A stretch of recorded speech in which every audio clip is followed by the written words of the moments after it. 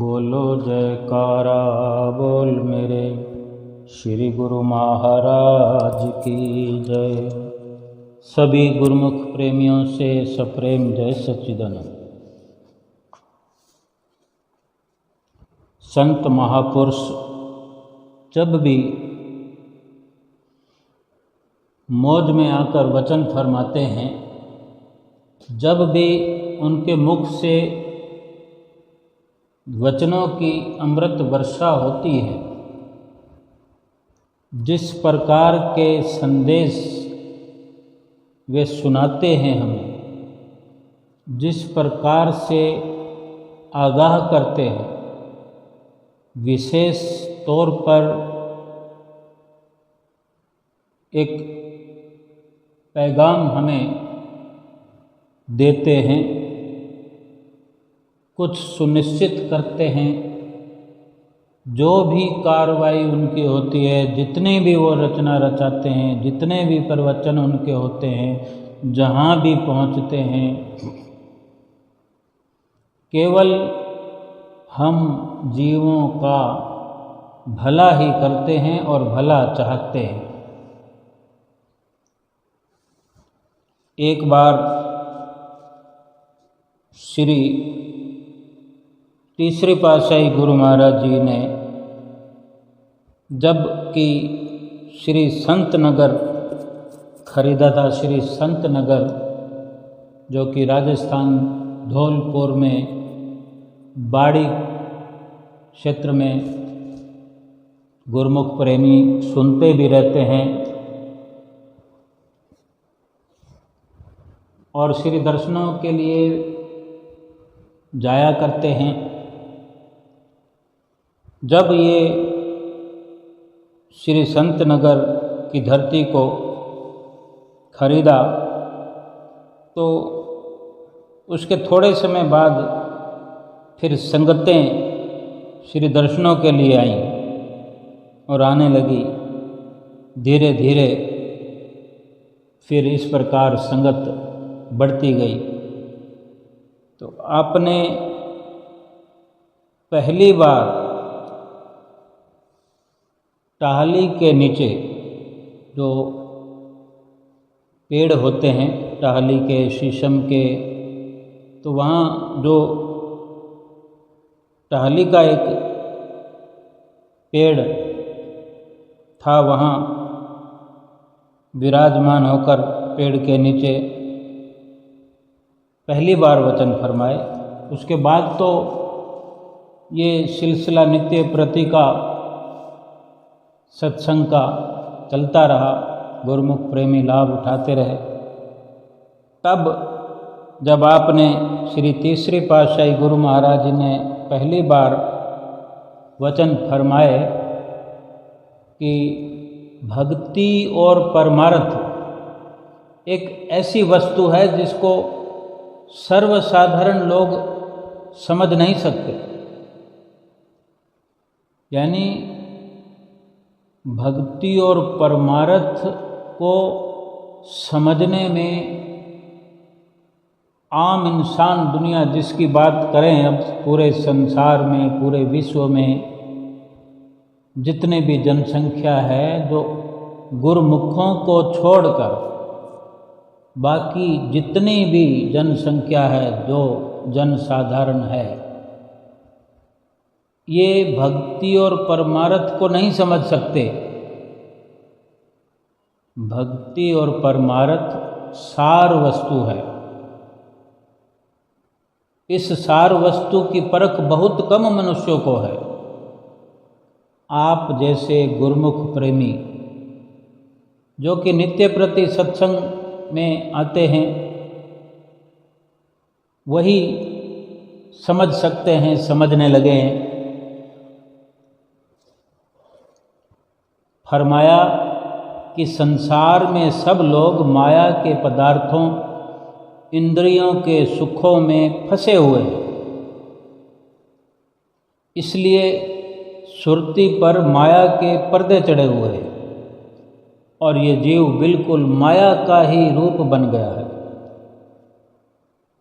स्त्री से संबंध, बच्चों का मोह, धन एकत्र करने का विचार, इस तरफ तो सब के सब खुशी व रुचि से काम करते हैं और ये समझते हैं कि हम ठीक मार्ग पर चल रहे हैं, परंतु वे परमार्थ की दृष्टि से, वास्तविकता से बहुत दूर पड़े हुए होते हैं। क्या परिवार के साथ संबंध व धन इकट्ठा करने का नाम कोई परमार्थ है? जो रात दिन परिवार के काम धंधों में लगा रहे, धन कमाने में लगा रहे, इसको परमार्थ नहीं कहते।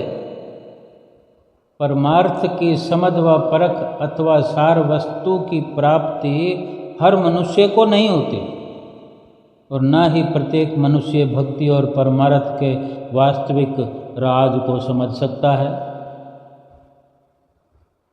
कितने सुंदर वचनों से गुरुमुख प्रेमियों को कृतार्थ करते हैं संत महापुरुष। कितनी अमृतवाणी सुनने को मिलती रहती है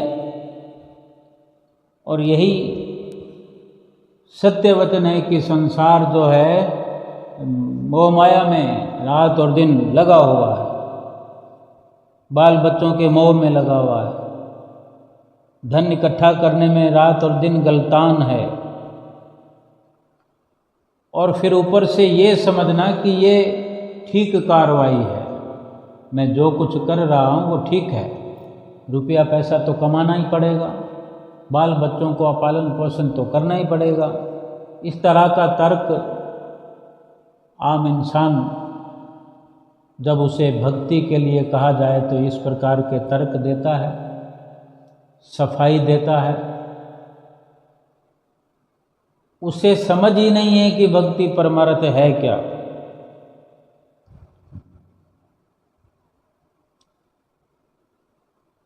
एक मनुष्य संसार में बहुत बुद्धिमान है, यदि उसकी सुरती धन, स्त्री, पुत्र व मान बढ़ाई की तरफ लगी हुई है तो परमार्थ के रहस्य को समझने से तो बिल्कुल कोरा है। मरने के बाद ऐसे बुद्धिमान द्वारा इकट्ठी की हुई धन दौलत, ये समान वस्तुएं क्या उसकी सहायता करने आएगी? क्या मदद करेगी ये सब वस्तुएं, ये धन पदार्थ? या आज तक इन चीज़ों ने किसी की मदद की हो? क्या कोई कह सकता है कि ये मरते हुए या मरने से बचाने के लिए कोई आ जाएगा? अगर ऐसा नहीं है तो फिर किसी प्रकार की इनसे आशा क्यों रखनी? ये तो बहुत भारी भूल है कि जब आज से पहले ऐसा हुआ नहीं और आज भी ऐसा नहीं सोचा जा सकता, कोई कह नहीं सकता जो धन पदार्थ कमाने में लगे हुए, भले ही कमा पा रहे हैं या नहीं कमा पा रहे हैं, लेकिन लगे हुए हैं, बिल्कुल बेखौफ होकर, जैसे और कोई काम नहीं है, इसी काम के लिए ही संसार में इंसान आया हो, एकदम लवलीन होकर धन पदार्थ कमाने में लगे हुए हैं। कितने दुख उठा रहे हैं, परेशानियां झेल रहे हैं, लेकिन धन की प्राप्ति कर लेना चाहते हैं, मान बढ़ाई इज्जत पा लेना चाहते हैं, अपने बच्चों को पाल पोस कर बड़े से बड़ा बना देना चाहते हैं। हर कोई कोशिश कर रहा है, चाहे किसी को सफलता मिले या ना मिले। जब किसी ने किसी का साथ नहीं दिया, ना सामानों ने साथ दिया, ना रिश्तों ने किसी को मरते वक्त मदद की, फिर किसी प्रकार की आशा रखना बहुत भारी भूल नहीं तो और क्या है। बाल बच्चों को पालना पोसना मना थोड़ी है, लेकिन उसी में गलतान रहना। आम लोग इस लाभ हानि को नहीं समझ सकते इसको समझने वाले बहुत कम लोग होते हैं। इस बात पर ध्यान देना जरूरी है कि परमार्थ और भक्ति को समझने वाले होते तो बहुत कम हैं, परंतु उनकी कदर व कीमत संसारिक लोगों की बजाय बहुत अधिक होती है। जैसे लोहे की बजाय सोना कम मिला करता है। लोहे की दुकानें कितनी हैं, उसकी तुलना में सोने की दुकानें कितनी कम हैं, लेकिन कम होने पर भी कीमत तो सोने की अधिक होती है ना, हर कोई जानता है। जिन मनुष्यों के शुभ संस्कार व क्रियामान कर्म प्रबल होते हैं, उनका नाम इतिहास में स्वर्णिम अक्षरों में लिखा जाता है। वे अपना भी सुधार कर लेते हैं और दूसरे भी उनके जीवन से लाभ उठाते हैं। ऐसे कितने ही संत महापुरुष हुए हैं, जिनमें श्री पलटू दास जी, श्री चरणदास जी, श्री दादू दयाल जी, श्री रज्जब साहब जी हो और संत सहजोबाई जी। इस प्रकार बहुत नाम ऐसे हैं जो प्रसिद्ध हैं। इसी श्रेणी के और भी कई महात्मा और भगत हुए हैं। इन लोगों ने भक्ति व परमार्थ के गूढ़ गहरे राज जो होते हैं उनको समझकर खुद को उस पथ पर पक्का किया, दृढ़ किया। अब उनके इतिहास से अनेकों जीव लाभ उठा रहे हैं। इनकी संख्या कम है, परंतु इनकी महानता बहुत अधिक होती है। उनके नाम व काम की सब सराहना करते हैं, क्योंकि इन लोगों ने भक्ति व परमार्थ के गहरे तत्वों को समझा और उस पर अमल किया। आम दुनियादार चाहे धन पदार्थ की दृष्टि में बहुत बड़े हों, पद और ओहदे में बहुत बड़े हों, लेकिन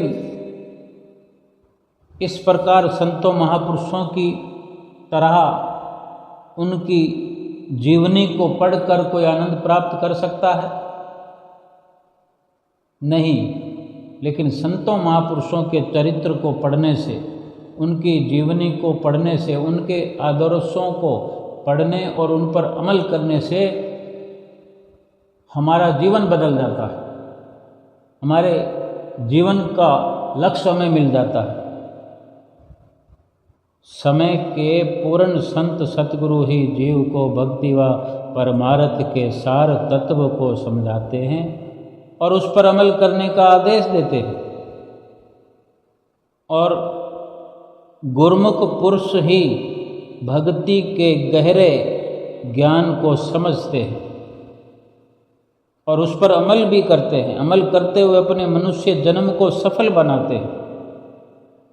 जिसको भी ऐसा स्वर्ण अवसर मिल जाए, समझना चाहिए कि वो इस दुनिया में भाग्यशाली हैं। इस मार्ग पर चलते समय माया व मन से जबरदस्त सामना करना पड़ता है। काम, क्रोध, लोभ, मोह, अहंकार आदि भी मन के साथी हैं। ये जीव को अपनी तरफ खींचते हैं। माया भी जीव को अपने झिलमिल रूप में फंसाती है, परंतु गुरुमुख पुरुष माया के धोखे में नहीं आते। बड़ी सीधी सरल समझने वाली बात है। हम नित्य प्रति इस प्रकार सत्संग चर्चा करते हैं, सत्संग सुनते सुनाते हैं। सत्संग में रुचि होती है तभी तो सुनते हैं। हाँ, जितना सुनते हैं, आधा अधूरा सुनते हैं, और फिर आधे से भी आधा अधूरा अगर अमल करते हैं, जितना करते हैं उतना लाभ होगा। लेकिन इसी दिशा में धीरे धीरे फिर ये समझ आने लगती है कि अधिक सुनने की रुचि हो जाती है, फिर अधिक अमल करने का भी अपने अंदर शौक़ पैदा हो जाता है।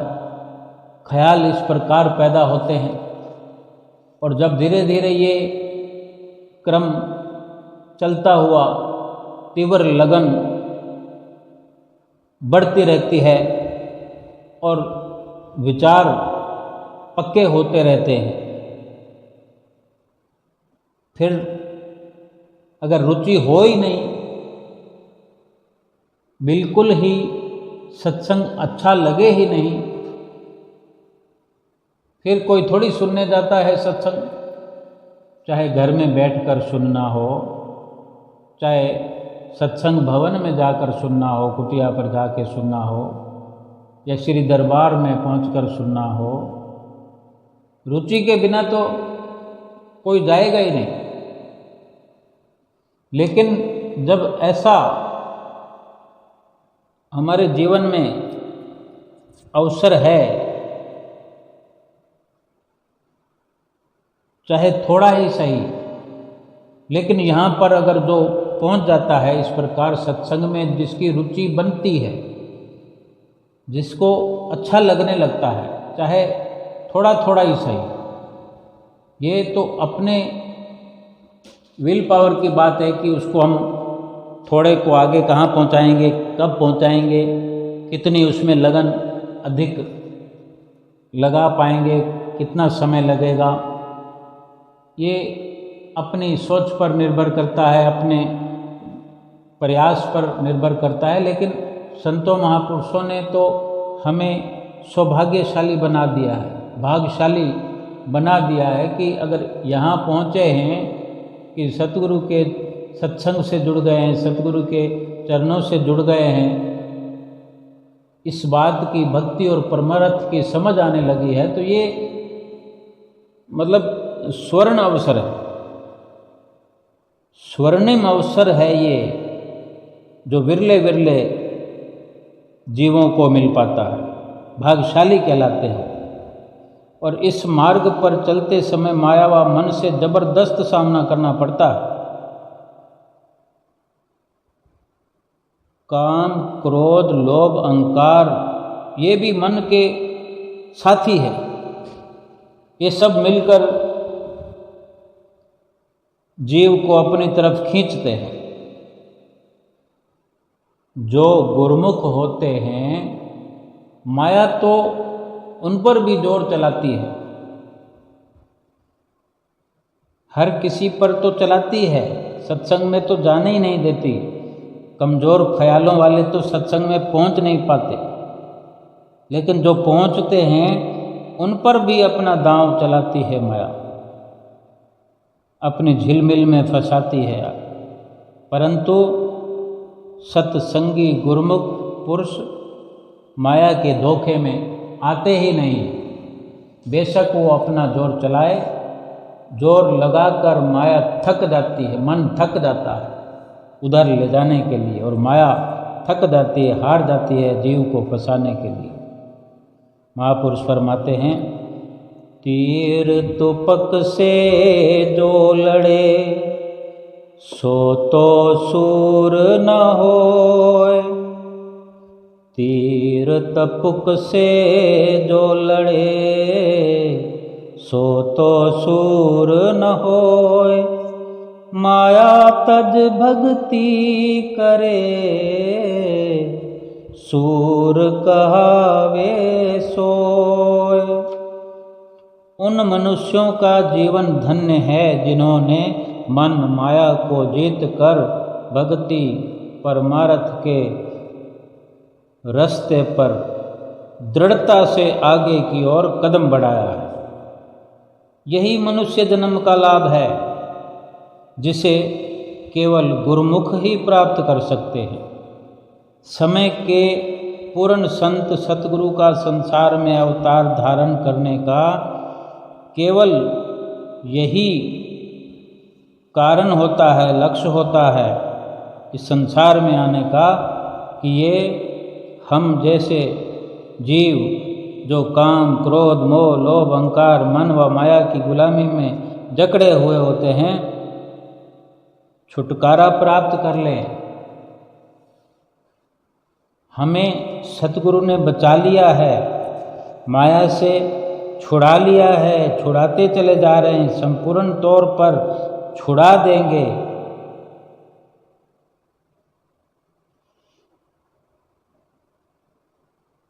इसका नाम ही वास्तव में मुक्ति है कि हम माया से दूर हो रहे हैं, समझो माया से मुक्त हो रहे हैं। और इसी का दूसरा नाम है गुरुमुखता। हमको जो नित्य प्रति गुरुमुख कहकर श्री गुरु महाराज जी हमें पुकारते हैं, यही गुरुमुखता है कि हम सत्संग श्रवण करते हैं, उस पर अमल करते हैं, श्री आरती पूजा करते हैं, सतगुरु की आज्ञा को शिरोधार्य करते हैं। इसी का नाम परमार्थ है, इसी का नाम भक्ति है। अपनी सुरति को विषय विकारों से आज़ाद कराना ही सबसे बड़ा परमार्थ है। इसलिए संत महापुरुष फरमाते हैं कि ए जीव, पहले अपना परमार्थ सिद्ध करो, स्वयं को काम, क्रोध, लोभ, मोह, अहंकार के बंधन से आज़ाद कराओ, अपनी सुरति को विषय विकारों से छुड़ाओ। तृष्णा, ईर्ष्या ने जो तुम्हें घेर रखा है, इनसे अपना पीछा छुड़ाओ।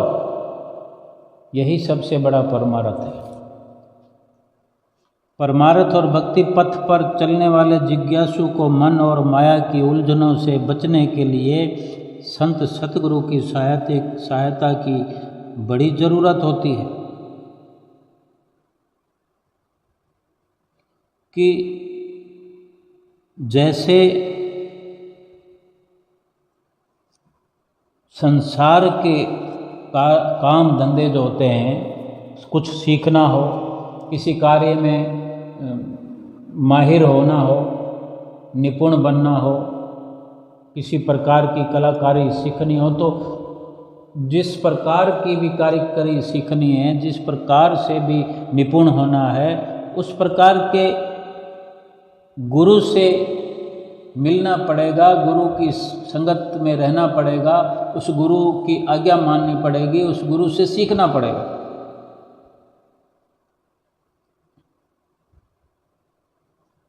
संत सहजोबाई जी कथन करती हैं कि सहजो कारज जगत के, गुरु बिन पूरे नाही, हरि तो गुरु बिन क्यों मिले, समझ देख मन माही। क्या सुंदर वचनों को हमारे लिए लेखनीबद्ध किया है कि सांसारिक संबंध तो इंसान बनाकर जीवन में रहता है, ये पशु योनियों में भी मिलते हैं संसार के रिश्ते नाते तो। लेकिन इंसान की विशेषता है कि इंसान इस संसार में मनुष्य जन्म जो लेकर आया है, इसकी कदर कीमत तभी है जब सतगुरु की शरण में जाकर के मनुष्य जीवन को सफल बनाने की कोशिश करे।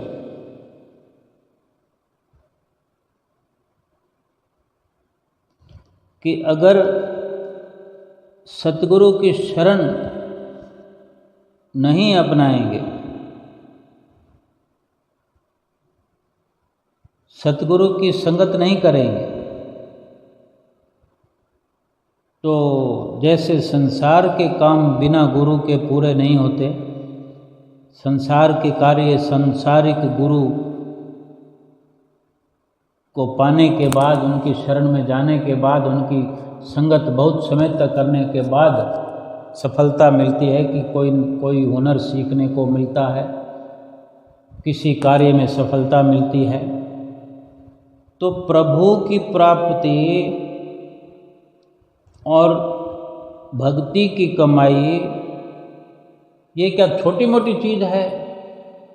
संसार के जो कार्य हम करते हैं जिसमें सफलता चाहिए, वो सब नश्वर कार्य हैं, झूठे कार्य हैं। उनकी दौड़ केवल मनुष्य के साथ है, मनुष्य तक ही है, इस संसार तक, इस लोक तक ही सीमित है। चाहे जितना मर्जी साथ उनका बना रहे, जितना मर्जी लाभ बना रहे, लेकिन इस संसार से या इस जीवन के आगे कुछ भी नहीं है। लेकिन भक्ति का मिलना, हरि का, भगवान का मिलना, ये इस जीवन तक सीमित नहीं है, ये फिर सदा सदा के लिए कायम रहता है। भगवान की जिसको प्राप्ति हो जाए, हरि की जिसको प्राप्ति हो जाए, भक्ति से जो भरपूर हो जाए, इससे बड़ा लाभ क्या है? इतना बड़ा लाभ क्या गुरु धारण किए बिना, गुरु की संगत हासिल किए बिना, गुरु की आज्ञा माने बिना, गुरु के साथ रहे बिना ये सफलता कैसे मिल जाएगी?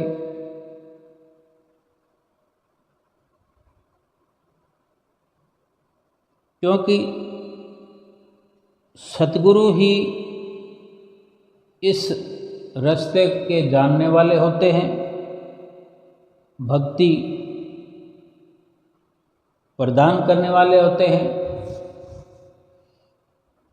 और आत्मा को परमात्मा से मिलाने वाले सतगुरु ही हैं। वही तरीका बताते हैं, वही मार्ग बताते हैं और इसी का नाम ही भक्ति है और इसे ही परमार्थ कहते हैं।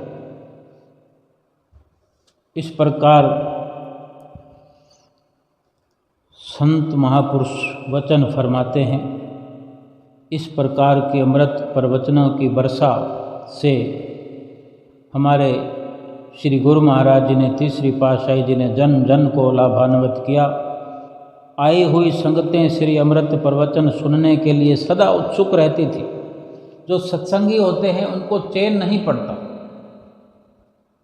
सत्संग सुने बिना चैन नहीं आता।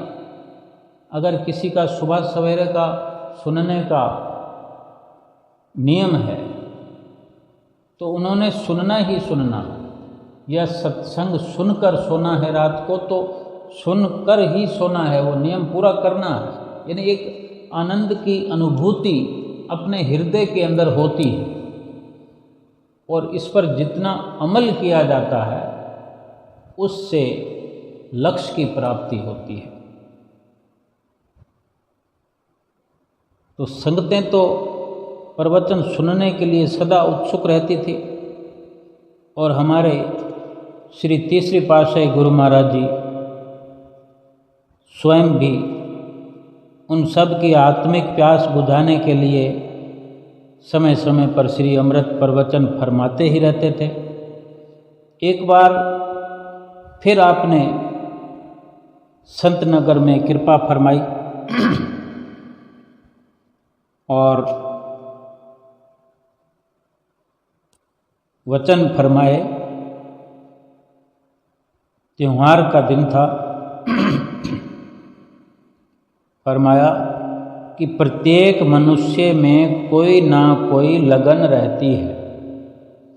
प्रत्येक प्राणी की ये इच्छा होती है कि मैं सबसे बड़ा बनूं, मुझे सबसे बड़ा दर्जा मिल जाए, मेरी सबसे अधिक इज्जत हो और मैं सबसे अधिक सुखी रहूं।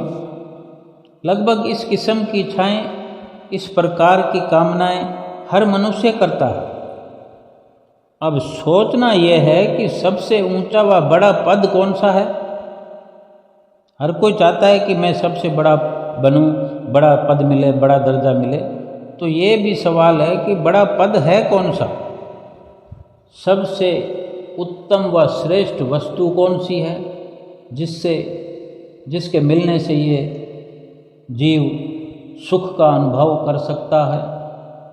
क्योंकि प्रत्येक जीव अपने इस निशाने को ध्यान में रखता है और दृढ़ संकल्प से उस चीज़ को प्राप्त भी कर लेता है।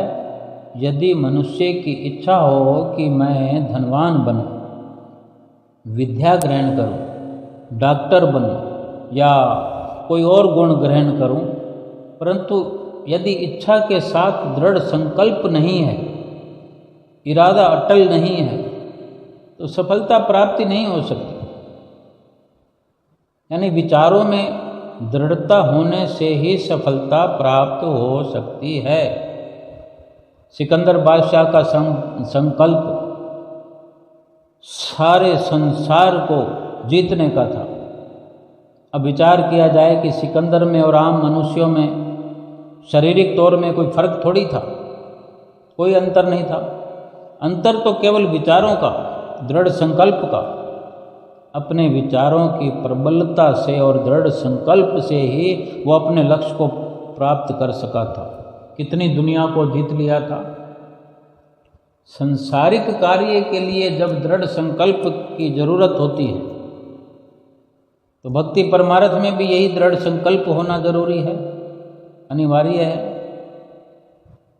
अब सवाल यह है कि कौन से काम की सफलता में सुख है और कौन से काम की सफलता में दुख है। कौन से काम में सफल होने पर हमें सुख मिल जाएगा। सारी दुनिया संसारिक कामों में सफल हो रही है। सिकंदर बादशाह भी संसार को जीतने में सफल हुआ, बहुत बड़ी सफलता लगभग हासिल की, लेकिन वो सुखी तो नहीं हुआ। वो अपने काम में सफल हो गया। जो दृढ़ संकल्प उसने किया वो सफलता की ओर बहुत आगे बढ़ गया, लेकिन सुखी हुआ नहीं। सफलता तो सुखी होने के लिए ही प्राप्त की थी। दृढ़ संकल्प भी सुखी बनने का था कि मैं सुखी हो जाऊं, इसलिए दृढ़ संकल्प से आगे बढ़ा, लेकिन सुखी नहीं हुआ। तभी तो महापुरुष फरमाते हैं कि कौन से काम की सफलता में सुख है और कौन से काम की सफलता में दुख, चिंता और कल्पना है।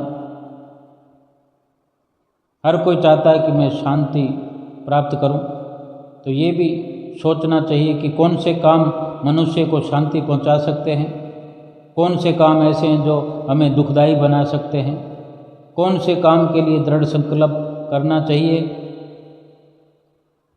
कौन से काम के लिए दृढ़ संकल्प करके वो कार्य हमें करना चाहिए, किस काम के लिए दृढ़ संकल्प लेना चाहिए। यदि एक चोर चोरी करता है तो दृढ़ संकल्प से ही अपने काम में सफलता प्राप्त करता है।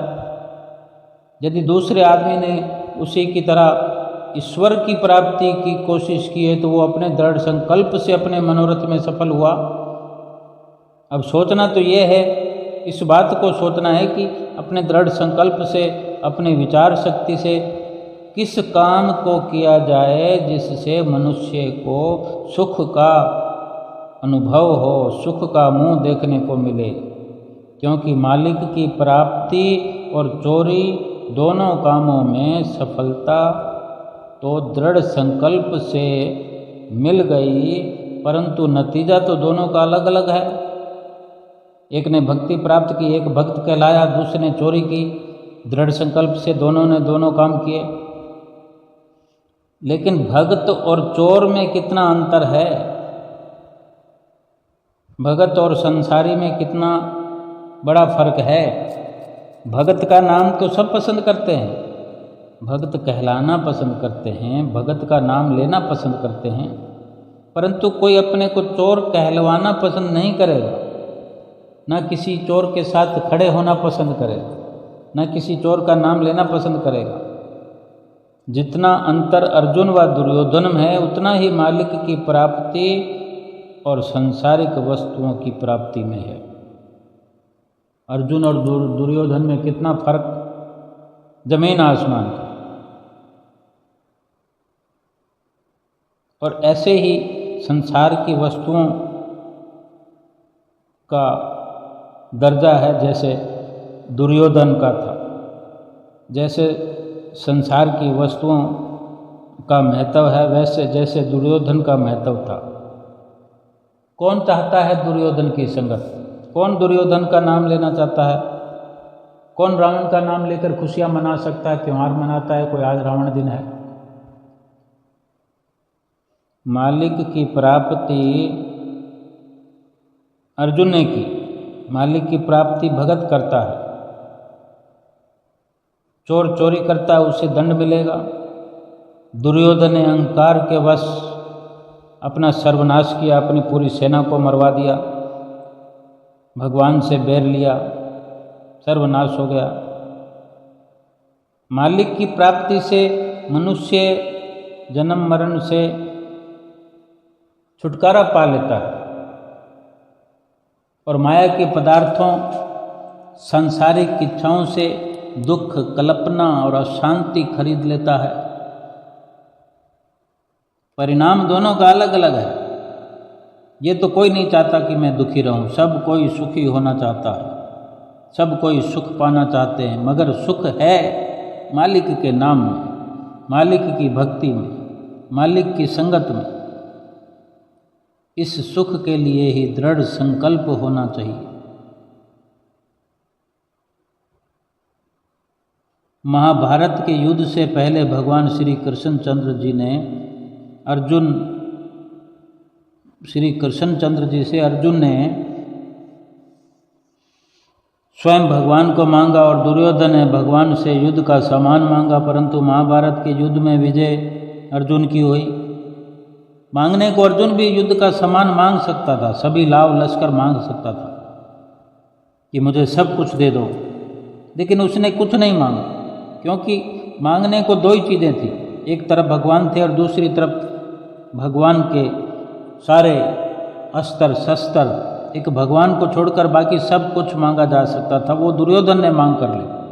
अर्जुन ने क्यों नहीं मांगा? मांग सकता था, परंतु जिसको भगवान की प्राप्ति हो जाए, जिसको भगवान का संग मिल जाए, जिसको भगवान की समझ आ जाए, फिर कमी रहेगी किस बात की जो वो संसार के समान मांगे। जब हमारे सतगुरुदेव महाराज जी नित्य प्रति हमारे लिए वचन फरमाते हैं, हमें आगाह करते हैं, हमें सुंदर संदेश देते हैं, सुंदर आदर्शों पर चलाते हैं, भक्ति का मार्ग दर्शाते हैं, संसार के समान मांगने की जरूरत क्या है और उनसे होगा क्या जब सतगुरु स्वयं हमारे बनने को तैयार बैठे हुए हैं, बन चुके हैं। हमारी ओर से देर है कि हम उनको अपना नहीं बनाना चाहते, उनसे सारी दुनिया की धन दौलत मांगते फिरते हैं। अपने हृदय के अंदर कामनाओं से हम ग्रसित हैं, इच्छाएं भर रखी हैं अपने अंदर। अगर केवल भगवान से सतगुरु की प्राप्ति करें, केवल उनसे भक्ति की प्राप्ति करने का ही संकल्प रहें, दृढ़ संकल्प करें कि हमें केवल और केवल भक्ति चाहिए, तो सतगुरु तो भक्ति देने के लिए आए हुए। अपने दृढ़ संकल्प को मालिक के भजन ध्यान की ओर लगाकर मनुष्य जन्म के लक्ष्य को प्राप्त करना चाहिए। जैसे भगवान श्री कृष्णचंद्र जी ने युद्ध में साथ रहते हुए भी जहाँ जहाँ जिस वक़्त अर्जुन पर बोझ पड़ता देखा, तब पल ही पल देखते ही अर्जुन की रक्षा की भगवान ने। अर्जुन पर कोई आँच नहीं आने दी। और फिर दुर्योधन जो इतना लाव लश्कर लेकर गया था, सब कुछ सामान मांग कर गया था भगवान से, वो जीता तो नहीं, हार गया। वो सामान भी धरे रह गए, सबका विनाश हो गया। और उन सामान को, उन हथियारों को चलाने वालों का भी विनाश हो गया। अगर हम भी भगवान से, वो दुर्योधन और अर्जुन का युद्ध था, हम भी तो माया से युद्ध कर रहे हैं। माया ही हमें वर्गला रही है कि भगवान से जाकर सामान मांगो। वो युद्ध की प्रेरणा ही तो भगवान से वो सामान मांगने को मजबूर कर रही थी दुर्योधन को। वो माया ही तो, वो अहंकार ही तो भगवान से भगवान के सामान मांगने की प्रेरणा दे रहे थे। अर्जुन के अंदर वो अहंकार था नहीं, क्योंकि वो भगवान की संगत में था, भगवान की आज्ञा में था। और भगवान की संगत में रहें, सद्गुरु की संगत में रहें, सत्संग में रहें, तो ये समझ बढ़ते बढ़ते माया से जो युद्ध हम करते हैं, भगवान को अपने साथ रखेंगे। वो भी माया का ही युद्ध था, किसी न किसी रूप में ही युद्ध होता है। हम भी नित्य प्रति माया से जो युद्ध कर रहे हैं, बहुत प्रकार के उसके रूप हैं। सीधे सीधे कोई माया कोई रूप नहीं है कि ये माया है। भगवान से जो दूर करे, भगवान का जो ख्याल हमारे चित्त में नहीं बनता है, ये माया है।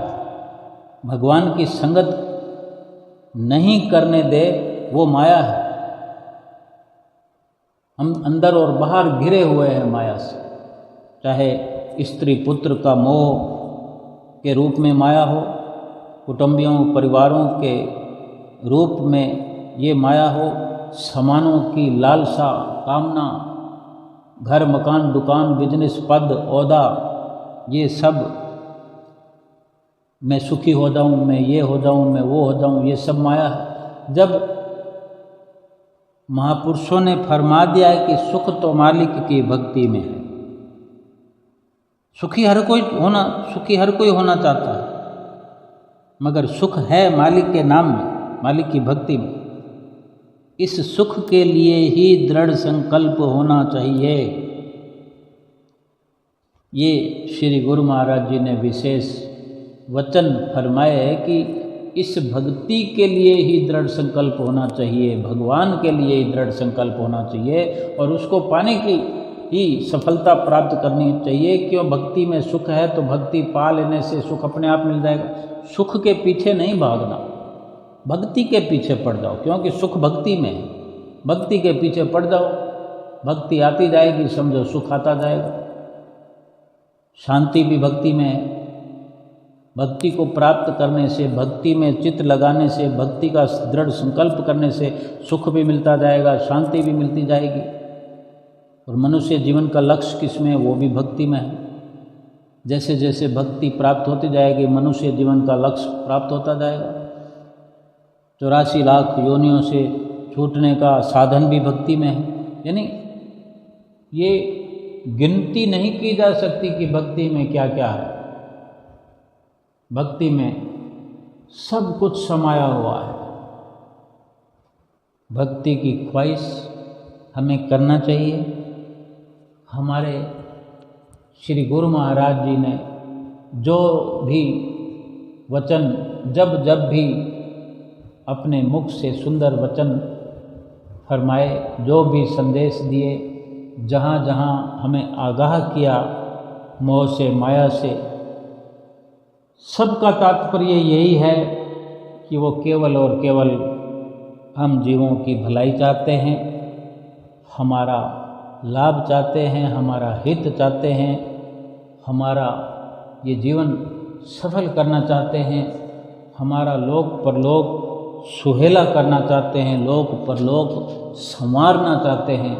और हम थोड़ी सी बात समझ लें, इतनी सी बात समझ लें कि सारी संसार की संपदाएं एक तरफ और चित्त का सुख, मन का सुख, शारीरिक सुख, आत्मिक सुख, 84 लाख योनियों से छुटकारा पाने का सुख, भगवान प्राप्ति का सुख, भक्ति प्राप्ति का सुख, सारे सुख सत्संग करने में है, सत्य का संग करने में है।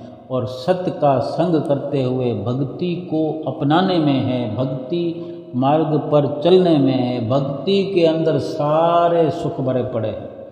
शरीर के सुख भी भक्ति के अंदर भरे हुए हैं। काया निरोग हो जाती है, माया दूर हो जाती है, तो काया भी स्वस्थ हो जाती है, ये शरीर भी स्वस्थ हो जाता है।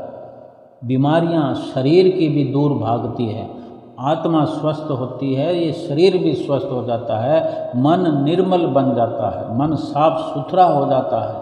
हर वक्त हृदय के अंदर जो मलिनता छाई रहती है, मन मेला हुआ रहता है, हृदय मेला हुआ रहता है, वो सब कुछ साफ सुथरे होकर बिल्कुल हल्का फुल्का ये इंसान अपना अंतःकरण महसूस करता है, अपने चित्त के अंदर शांति से भरपूर हो जाता है और सदा सदा के लिए सुखी हो जाता है, सदा सदा के लिए अपने निज घर की ओर पहुंच जाता है और अपने निज घर में वास करता है।